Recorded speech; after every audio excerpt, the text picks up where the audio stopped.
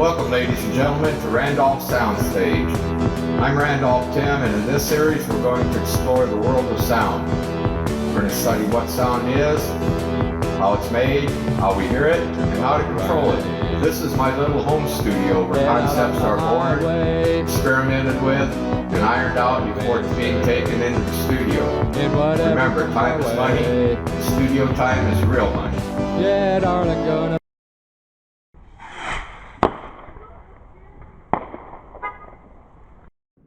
In this segment, we're going to take a look at a couple of pieces of equipment that are found both on the stage and in the studio, equalizers and compressors. We will examine the inner workings of both and look at how they are used and how they shape our sound. Eddie is well known for inventing tapping, and he may well have, but he was not the first. I invented tapping in 1961 while I was taking guitar lessons on an acoustic guitar at the age of 7. I had already spent a couple of years laying down drum tracks in a couple of studios. It doesn't matter because Eddie is well known for a lot of things. I would love to list them all for you, but I have to be careful of sharing trade secrets, especially other people. That being said, here is all about sound. Before we look at the equalizer and the compressor individually, we're going to take a look at a couple of ways of setting up the sound in the stage. Soundboards are designed to be adaptable to many situations and needs. However, the science remains the same. So let's look at a couple of setups and examine the advantages and disadvantages of each.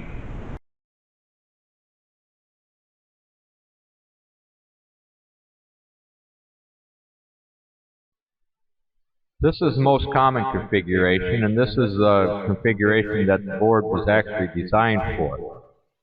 It has the most versatility and gives you the most control over your sound.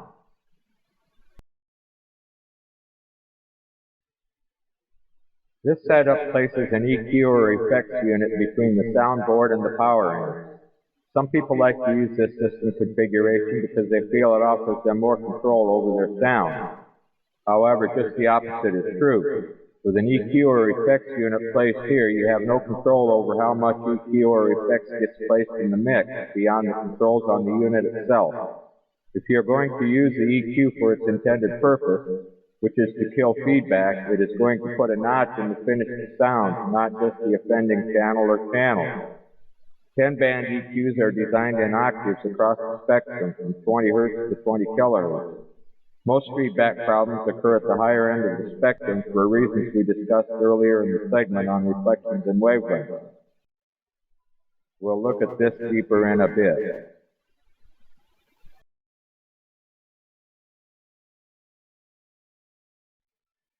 This system is unique in that it uses a separate power and speaker system for the effect. There is no real advantages to this system that I know of, and it is quite useless in controlling feedback. While it might provide a marginal increase in power, it significantly increases your component count and workload. The only control over your effects is in your send knobs. We won't look at this configuration very closely. So the first unit we're going to look at here is an equalizer unit. And most equalizers operate the same. They serve the same purpose, and that is to tailor bands of frequencies up and down on level. And it's interesting, a little bit of history of the EQ. The EQ, or equalizer, actually started out as a circuit. Vinyl records roll off pretty quickly at, I don't know, around 8K or 10K, and maybe even more than that, because the needle doesn't vibrate as easily at high frequencies as at low frequencies. So you had to have a little circuit in there to kind of even up and compensate for that roll off of the needles, and we called them equalizer circuits. Anyway, when bands got on the road and started using power equipment, they started playing around with EQs, and somebody discovered that, hey, you know what? If we have a frequency that's feeding back at this particular microphone, and we knock the frequency of that feedback down a little bit, the feedback goes away. Well, as we looked at earlier, reflected waves cause more problems because of the shorter wavelengths at higher frequencies, and quite often the frequency that's feeding back is way above the vocal range of the vocalist, so it didn't hurt to put an EQ in the send-back circuit, or in the vocal loop. And so that's what happened. So quite often, you'll probably want to, if you have a feedback problem, crank the vocals back on the mains completely down and send it through a feedback loop on an effects send, and return and just control the vocals then with the effects return slider. And that seems to work pretty well. It works especially well if the frequency you have to knock down isn't in the vocal range. Anyway, so here's a look at the EQs. Here is a picture of a common layout for a 10-band EQ. It has level controls and Q controls for each band. Each band controls an octave centered around the center frequency. Most EQs for the stage will have a range of plus minus 10 dB or better. Not all EQs will have a Q control, but the better ones do. EQs can be analog or emulated digitally. They will basically operate the same. Here is a basic block diagram of the 10-band EQ. Many EQs won't have a separate flat output, but most quality EQs can be switched in and out of the loop for straight throughput.